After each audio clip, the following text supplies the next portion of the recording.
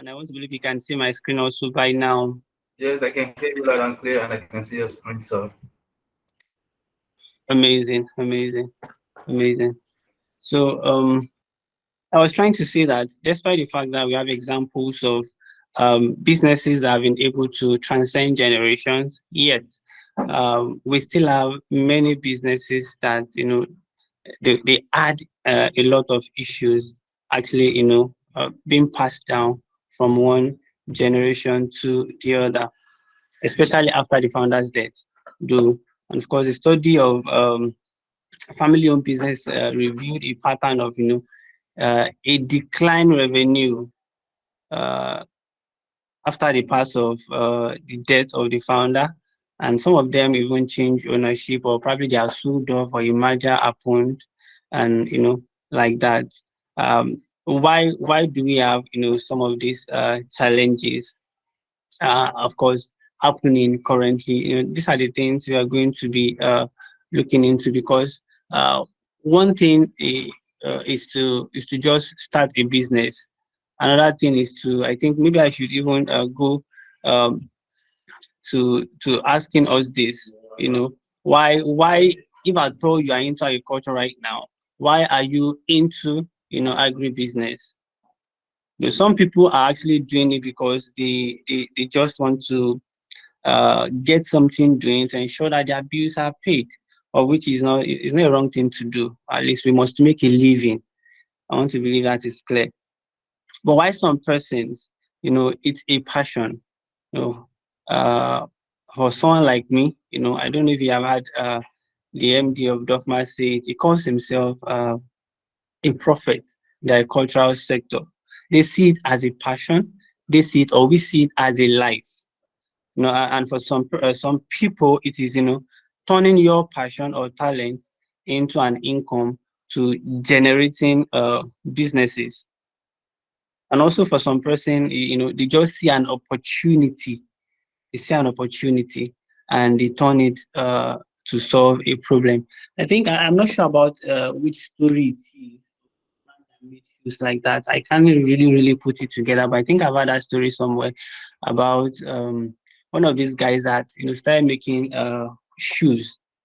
I think the story was told by one of Mouse in one of Mouse Miron's messages. There were two guys that went to India. I don't know what they went. I can't remember what they went there for.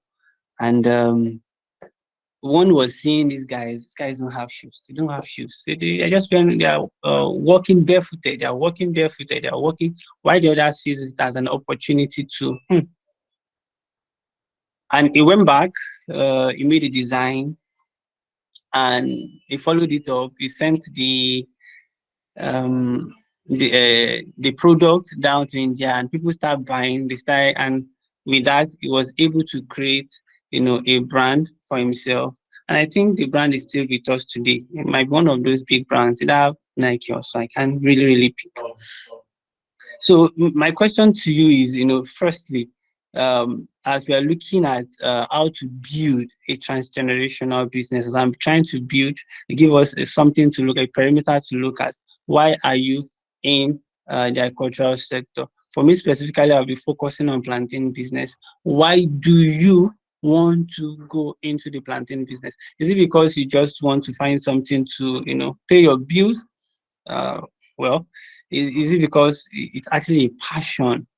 It's something that you are in love with. It's something you cannot just but do, or it's something that, or is it something you're seeing as an opportunity to solve? For one, you cannot build a transgenerational wealth rate. That is depending on your mindset. We'll be looking at certain mindsets you actually need to have if you'll be doing that.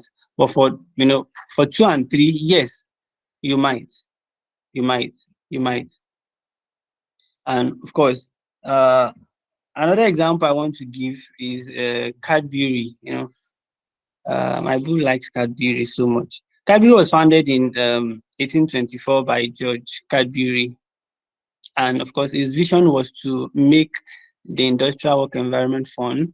The company became famous for advances in the working conditions, social benefits for its workforce, and in the forefront of women development by promoting women to lead as 4 women, in which was very unpopular as at that time when they were out, I think around 1905, thereabout. But you will notice that Cadbury still remain with us today. I can say for a fact that many of us are using Cadbury products.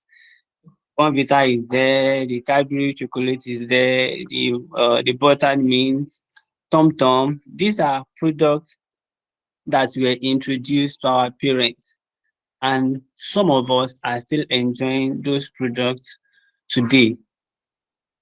And of course, we'll pass them, definitely.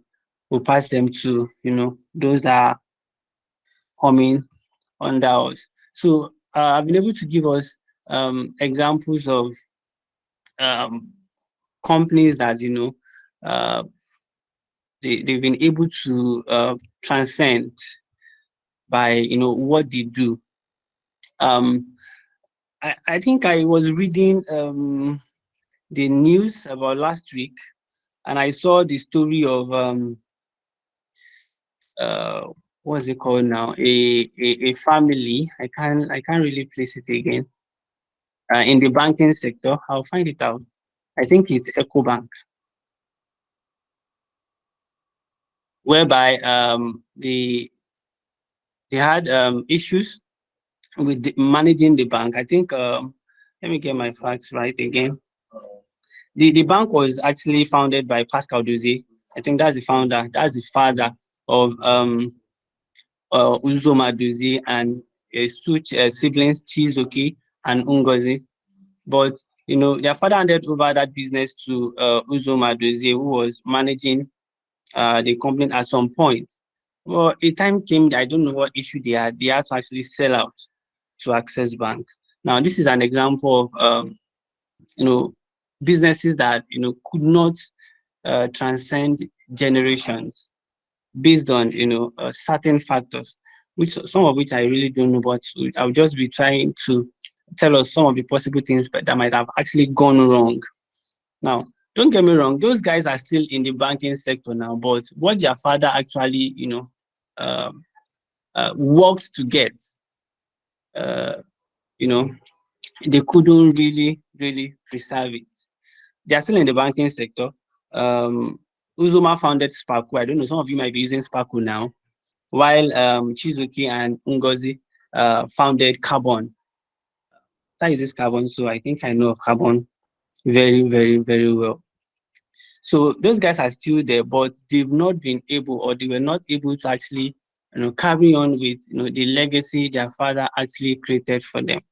So, but we're going to be looking at um some of those things you need to have in mind if you want to build a transgenerational business, especially in with plantain farming. Um,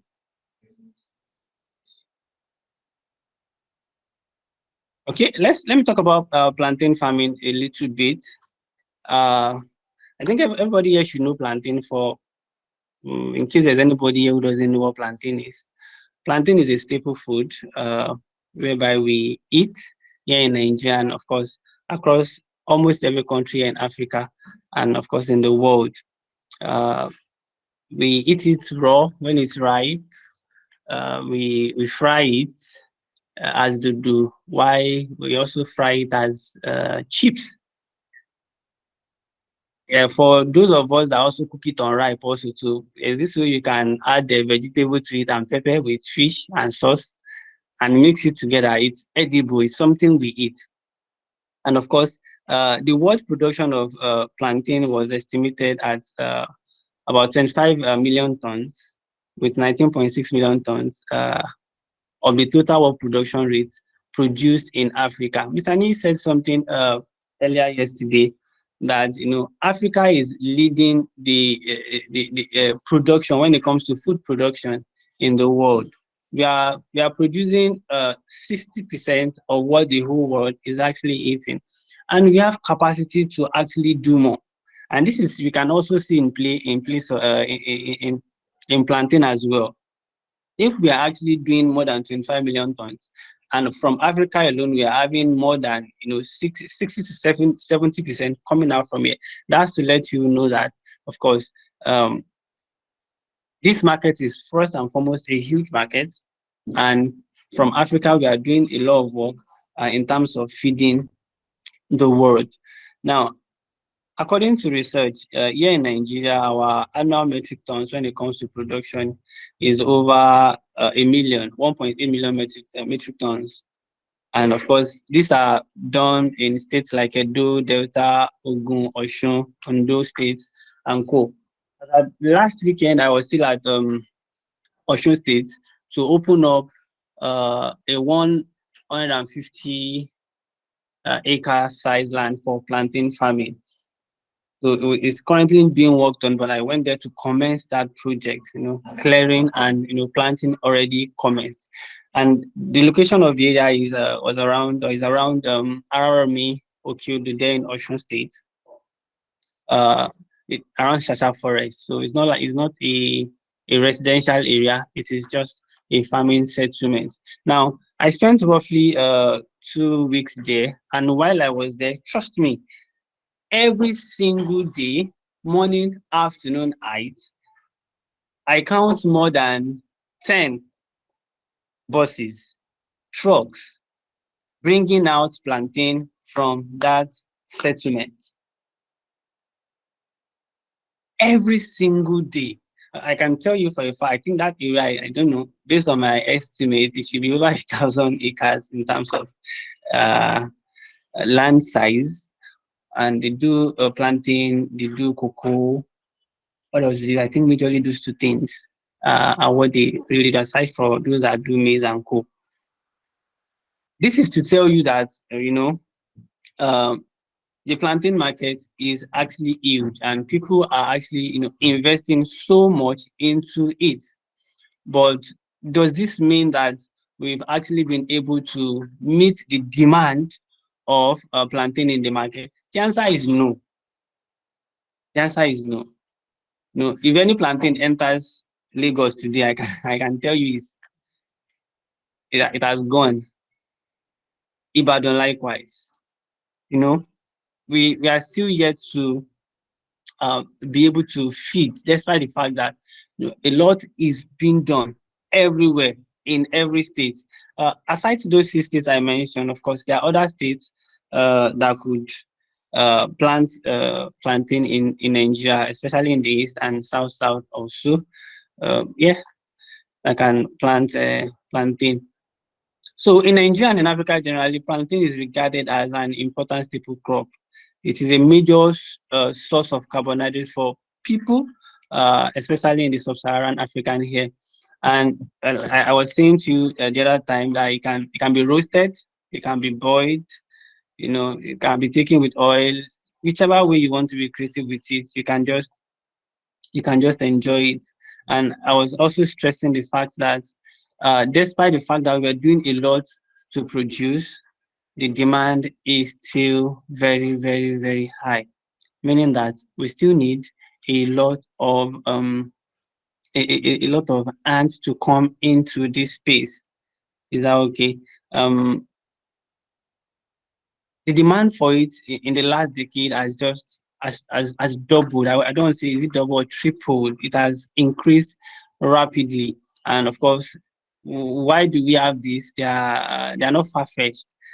Increasing urban population, is one of the reasons why when we have a lot of people in a certain place, they will look forward to it, and they find planting as something that they can use as part of this. So this has caused a lot of um, demand in the market, and also responsible for this increase is the emergence of a number of local processing industries that further process plantain into flour, bread, cakes, biscuits, and so on.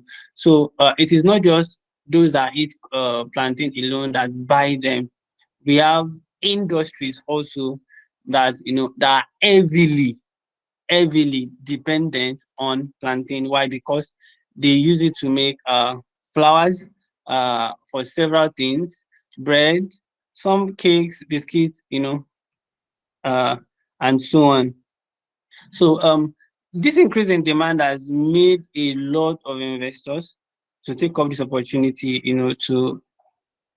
uh, to want to, you know, once people see this opportunity, this space, this need, they they venture, and that is why me personally myself, I tell my friends that that talk to me about the wanting to start. I say yes, you can look into plantain. I advise them to, because one thing I really observe is that the rush and excitement of establishing this commercial plantain farm, which you know people are so sure of, especially once you have a good guide, just like Dofma. Once you have people like Dofma to actually take you through what you need to do, of course, you will really, really be very productive and you make your money back. But all the same, I don't want to be all sweetie with you. If you're not careful, you can rush in and get your hands burnt. That is why I'll need you to first and foremost, uh, not even planting now, whatever business you want to start. At the beginning, I was asking you, why did you want to? You need to be able to analyze properly, what you want to go into. Is that okay? Do you what are the possible problems you might encounter why at this particular idea, or this service or these businesses? Do you have the right market to meet? Are you in contact with them already? Do you have the right hands labor to meet up what you want to actually achieve? So all these things are things you really, really need to put into perspective if you actually don't want your um, hands get burnt. Now, we are still going to be talking technically about uh, plantain, what you can really do at the least to get an output. Is that okay? But I want to go back to that point of creating a transgenerational wealth um, via plantain farming. I want to say that first you need to understand that transgenerational entrepreneurship is built on two central principles. Transgenerational businesses are built on two central principles. Well, my view though, um, you need a vision and a mission, which must be clearly stated. If you enter the Dofma office anytime, any day, you will see our mission statement and vision there on the wall for everybody to see. No, there must be a drive.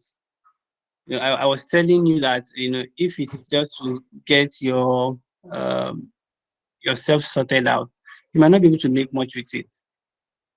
There must be a drive to create this transgenerational wealth uh, for the business, even for you.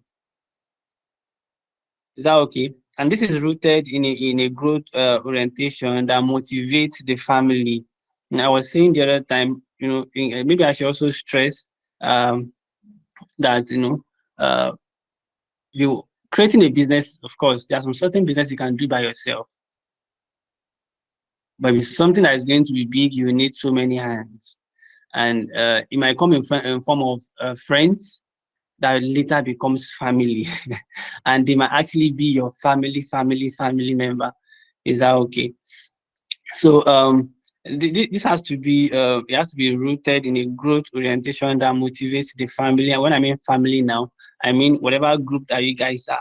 It might be a cooperative, it might be a group of friends, it might be your siblings. That you want to actually commence this particular business together. You're partnering to ensure that this particular business or this plantain farming you want to actually go to is actually successful. The ownership group, uh, non-family managers, those that are actually working with you, they have to be forward thinking. Is that okay? And they need to be able to communicate and pursue specific strategic expansion plans for the business. So maybe I should also stress again the first point, which is your vision and mission that you have to be able to actually break down into objectives, goals, and plan for your business. So you want to, for example, you saw a need in the processing sector of plantain, or you saw a demand, you saw a link of a friend that tells you, I need so amount of tons of um, plantain for my processing farm, and you're opportune to get that particular info. You need to be very, before you even start, you need to be sure on what you're looking at to achieve. What is your vision for your plantain farm uh, business?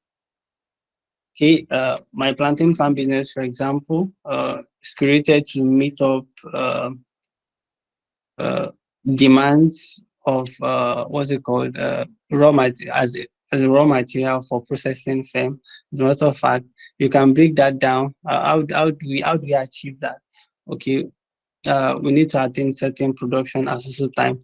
We need to, okay, who is actually achieving this. These things have to be clearly stated. And the second thing I want to stress is the fact that uh, there have to be a dynamic and adaptive family value. Now, people are different. One of the reasons why businesses fail from one generation to the other is because of uh, you don't allow people's input. Something that you're more than one, you're already two or three or four in it. Trust me, you have to give room for uh, dynamics, people's view, trying to mold it into how to push out the vision forward. Now, why there's a commitment to, because some families, if it's actually a family, some family have traditions by which, or rules that guides how they manage their business. You know, still you must be able to adapt to changes in family structures over time. And one other thing I even see as a challenge, is the fact that I think I was reading while I was, trying to across my thoughts, put together my thoughts on this. I saw a quote. I don't know if I can put it out word for word, about three set of generations. The first generation, because they are poor, they don't have anything, they give all they have to ensure that they provide for their family, they their children, of course, they don't even have a choice, they have to walk along with them. So at that stage, they infuse the values and culture of the business into the kids. But when eventually the kids grow up, and of course they're able to see what the parents have done, and they pick it up from there. For example, let's just use this plantain farm also. You struggle with your father on the farm. I think I've seen several stories like that. You labor to produce. Now you're learning. You went to school. You took the business and you made it more bigger, because you're learned now.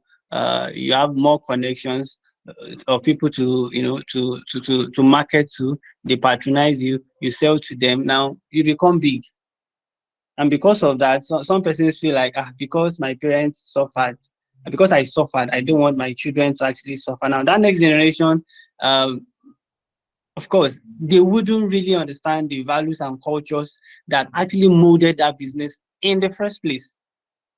And that is, one way we lose these values, we lose this culture until the third generation, where those guys, they don't even know how the money came in. They just met the money there, and they spend it. And when they go to the fourth generation, the money is no more there again, and the cycle continues again. So I just thought I should, I don't know if I thought you've seen that, but that cycle is something that I looked at it and I saw that it actually it plays around much, because if you look at around in this generation, for example, uh, these wealthy guys that are up there, what are their children doing? Are they not just spending the money? The point is, most of them don't even understand um, the certain values and culture that were created to ensure that these businesses become what they are today. And that is why some business really, really fail. Well, the second thing I think we must embrace or we must consider is that we must have five fundamental principles across successive generation. Since I've been able to paint a mind of three generations to you, I want you to know that it is not enough that in your lifetime you are able to labor with your team and with your what's it called with your family, as the case may be, to set up a business, create structures for it, operate it to ensure that it becomes big.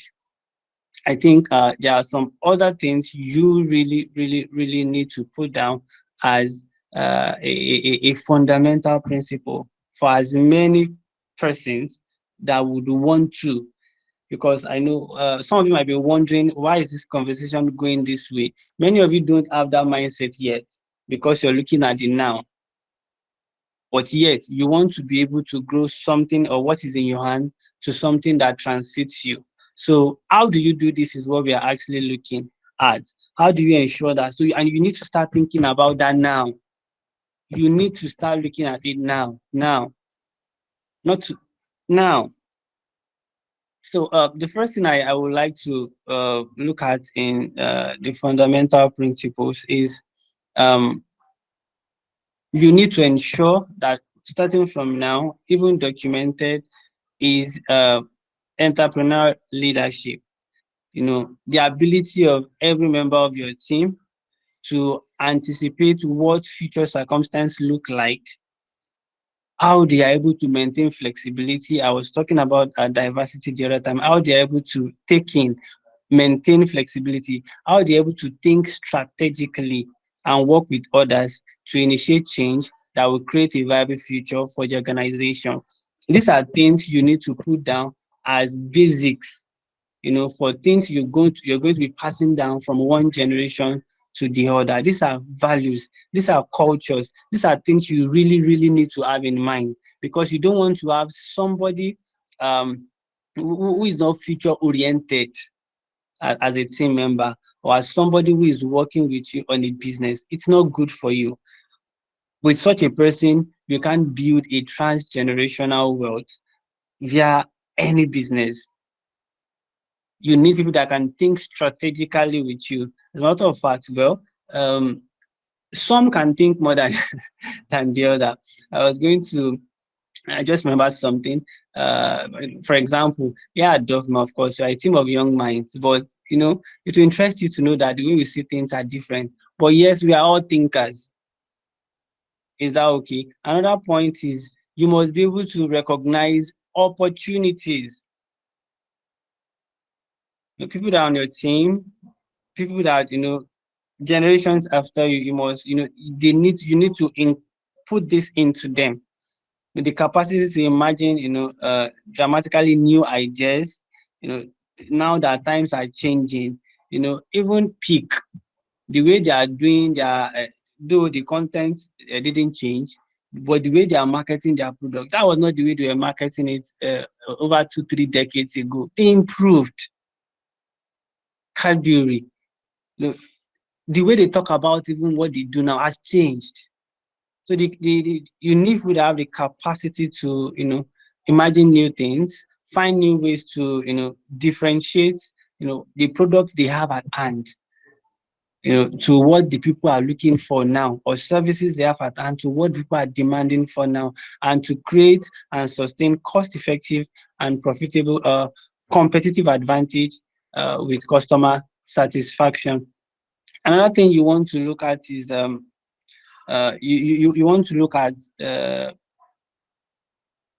internal continuum. You want to uh, you want people in your team that are people centered. Maybe I should say this, and maybe I have not said it before now, that um, your idea, if it is not meeting people's need. You are on a long, I don't know, you're just on a long. Of course, I've stressed the fact that those that actually uh, produce plantain, they make it for people to engage.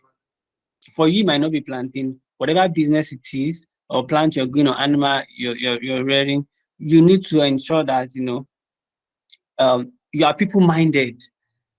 You have the interest of those that you're serving at heart. If you don't have that, then I don't know. So every member of the team must have that kind of mindset. They must be able to work with that.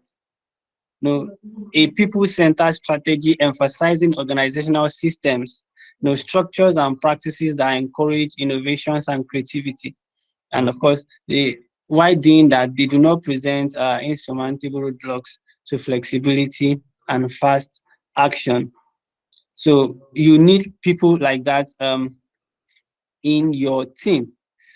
Uh, Also, you need a balanced strategic positioning.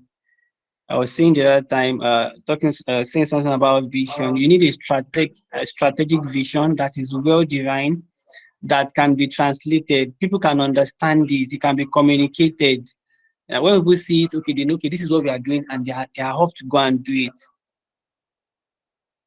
And you need people to help you do that as well. Is that okay? So I think let me just rush a bit. I think my time is running out. Um,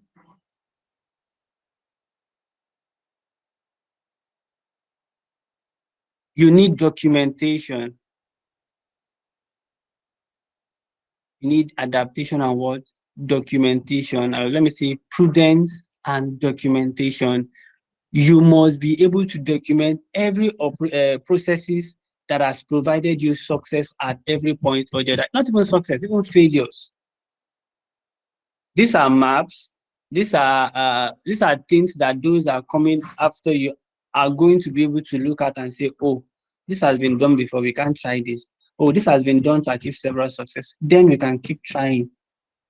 Because once you see a successful person do a thing and you do that thing, of course you will succeed. So you must be able to document your processes, even your finances. We're having an hackathon session, I think was it last weekend, and we're having a talk session like this on how to create an LD financing. And some of my, the participants were saying, they are having issues keeping up with documentation. It is tedious. It is that. It is that. Why would you joke with documentation if you want to build something that is transgenerational? Even in your lifetime, you need documentation to show you datas of how your performance is every single month, every single quarter, annually. You need to be able to say, okay, we're able to serve so amount of customers. We're able to meet so amount of needs. We're able to produce so. It helps you to know where to improve. It helps you to know where to cut down. It helps you to know, certain things. What you have done rightly at a certain point that you shouldn't really, really, really do again. So I think doing these are things I think you should have in mind if you want to actually build a transgenerational one. What else do you need to know? I think let me wrap up before I go back to the plantain, talking about the plantain again. You must sincerely understand the major problems plaguing the plantain industries. And, if you don't have already,